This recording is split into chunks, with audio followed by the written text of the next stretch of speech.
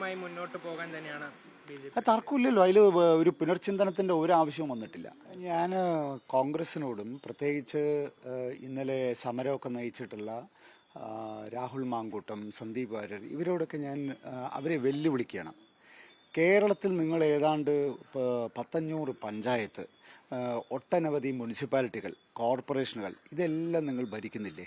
ഈ കേരളത്തിൽ എവിടെയെങ്കിലും ഭിന്നശേഷിക്കാർക്ക് വേണ്ടിയിട്ട് ഒരു നൈപുണ്യ വികസന കേന്ദ്രം, അവരുടെ ഭാവി ജീവിതത്തിന് ഉതകുന്ന വിധത്തിലുള്ള ഒരു പരിശീലനം നൽകുന്ന ഒരു കേന്ദ്രം നിങ്ങൾക്ക് എവിടെയെങ്കിലും തുടങ്ങാൻ സാധിച്ചതായി നിങ്ങൾക്ക് പറയാൻ സാധിക്കുമോ?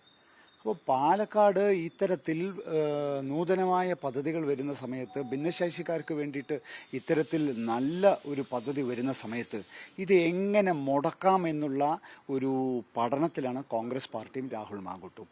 അല്പമെങ്കിലും നാണമുണ്ടെങ്കിൽ സത്യത്തിൽ ഈ ഭിന്നശേഷി കുടുംബക്കാരോട് മാപ്പ് പറയുകയാണ് രാഹുൽ മാങ്കൂട്ടും സന്ദീപ് വാര്യരും ചെയ്യേണ്ടത്. എനിക്ക് തോന്നുന്നു ഇതിൽ ഈ പദ്ധതിയുമായിട്ട് പിന്നോക്കം പോകേണ്ട ഒരു ആവശ്യം ഇപ്പം ഇല്ല. 275 ഭിന്നശേഷി കുടുംബങ്ങളെയും ചേർത്ത് പിടിച്ചുകൊണ്ട് തന്നെ പാലക്കാട് നഗരസഭ മുന്നോട്ട് പോകും. ഇപ്പോൾ കോൺഗ്രസും രാഹുലൊക്കെ പറയുന്നത് തങ്ങൾ പദ്ധതിക്കെതിരില്ല, പദ്ധതി വരുന്നതിനോടൊപ്പം നഗരസഭയ്ക്ക് വേണ്ടി എല്ലാം യോജിച്ച് നിൽക്കും, പക്ഷേ ഈ പേരാണ് തങ്ങൾക്ക് പ്രശ്നമാണ്. പദ്ധതിക്ക് എതിരല്ല എന്ന് പറയുമ്പോൾ എന്തിനാ പിന്നെ അവിടെ ഉദ്ഘാടന ചടങ്ങ് നിങ്ങൾ എന്തിനാ അലങ്കോലമാക്കി? എന്തിനാണ് അവിടുത്തെ ശിലാഫലകം നിങ്ങൾ നശിപ്പിച്ചത്?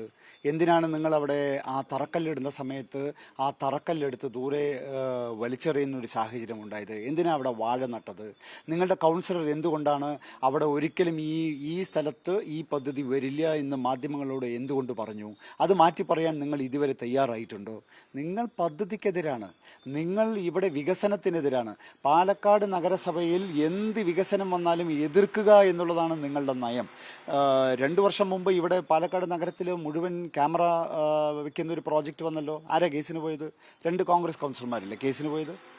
അപ്പോൾ എന്ത് വികസനം വന്നാലും ഇവരെ തടസ്സപ്പെടുത്തുക, BJP വികസനം കൊണ്ടുവരുന്ന സമയത്ത് അത് തടസ്സപ്പെടുത്തുക എന്നുള്ളതാണ് കോൺഗ്രസിന്റെ നയം. ഈ പേരുമായി മുന്നോട്ട് പോകാൻ തന്നെയാണ് തർക്കമില്ലല്ലോ. അതിൽ ഒരു പുനർചിന്തനത്തിന്റെ ഒരു ആവശ്യവും വന്നിട്ടില്ല. നിയമ നടപടിക്ക് ഒരുങ്ങുമെന്നൊക്കെ കോൺഗ്രസ് പറയുന്നു. ദയവായിട്ട് നിയമ നടപടിക്ക് ഒരുങ്ങണം. അവർ കോടതിയിൽ പോകണം. ക്യാമറ പ്രോജക്റ്റിൽ എന്താണ് സംഭവിച്ചത് അതേപോലെ തന്നെ ആയിരിക്കും മിക്കവാറും സംഭവിക്കുക. പെട്ടെന്നൊന്ന് പോയിട്ട് ഈ ഒരു കാര്യങ്ങൾ എത്രയും പെട്ടെന്ന് സെറ്റിൽ ചെയ്യണം എന്നാണ് കോൺഗ്രസിനോട് എനിക്ക് പറയാനുള്ളത്. എത്രയും പെട്ടെന്ന്, അതായത് ഈ ഭരണസമിതി ഇറങ്ങുന്നതിന് എത്രയും മുമ്പ് തന്നെ ഈ നൈപുണ്യ വികസന കേന്ദ്രം നിർമ്മിച്ച് അതാണ് ഞങ്ങൾ ഇറങ്ങുന്നതിന് മുമ്പ് തന്നെ ഇത് കെട്ടിടം പണി പൂർത്തീകരിച്ച് ആരംഭിക്കണം എന്ന് തന്നെയാണ് ഞങ്ങളുടെ ആഗ്രഹം. ഒരുപക്ഷെ ഇനി കൗൺസിൽ യോഗങ്ങളൊക്കെ ഉണ്ടാകുമ്പോൾ വലിയ പ്രതിഷേധങ്ങൾക്കൊക്കെ ഇടയുണ്ട്. ഇതൊരു ജനാധിപത്യ രാജ്യമല്ലേ? പ്രതിഷേധിക്കാൻ കോൺഗ്രസിന് അവകാശമുണ്ട്. പക്ഷെ തീരുമാനമെടുക്കേണ്ടത് അതിൽ ഭൂരിപക്ഷം അംഗങ്ങളല്ലേ തീരുമാനിക്കേണ്ടത്. അപ്പോൾ കോടതിയിൽ ക്യാമറ പ്രോജക്റ്റിന് കോടതി പോയപ്പോൾ കോടതി എന്താ പറഞ്ഞത്? ഭൂരിപക്ഷം എന്താണോ തീരുമാനിക്കുന്നത് അതനുസരിച്ചിട്ട് മുന്നോട്ട് പോകണം എന്നാണ് കോടതി വളരെ വ്യക്തമായിട്ട് പറഞ്ഞിട്ടുള്ളത്. എന്താ ഇതിൽ ഒരു കൺഫ്യൂഷനും ഇല്ല. മനഃപൂർവ്വം പദ്ധതി വരാതിരിക്കാനുള്ള നീക്കങ്ങളാണ് തീർച്ചയായിട്ടും കോൺഗ്രസിന്റെ ആവശ്യം. ഇത്തരത്തിൽ പാലക്കാട് ഒരു പദ്ധതിയും വരരുത്, പാലക്കാട് നന്നാവാൻ പാടില്ല എന്നുള്ളതാണ് കോൺഗ്രസ് പാർട്ടിയുടെ ഒരു അജണ്ട. അത് രാഹുൽ മാങ്കൂട്ടമല്ല, ആര് വന്നാലും അത് നടക്കാൻ പോകുന്നില്ല. പാലക്കാട് നരേന്ദ്രമോദി ഈ കഴിഞ്ഞ 10 വർഷത്തിൽ ഏതാണ്ട് 300 കോടി രൂപ പാലക്കാട് നഗരസഭയ്ക്ക് തന്നിട്ടുണ്ടെങ്കിൽ ഈ പദ്ധതിയുമായും പാലക്കാട് നഗരസഭ മുന്നോട്ട് പോകുമെന്ന് യാതൊരു തർക്കവുമില്ല.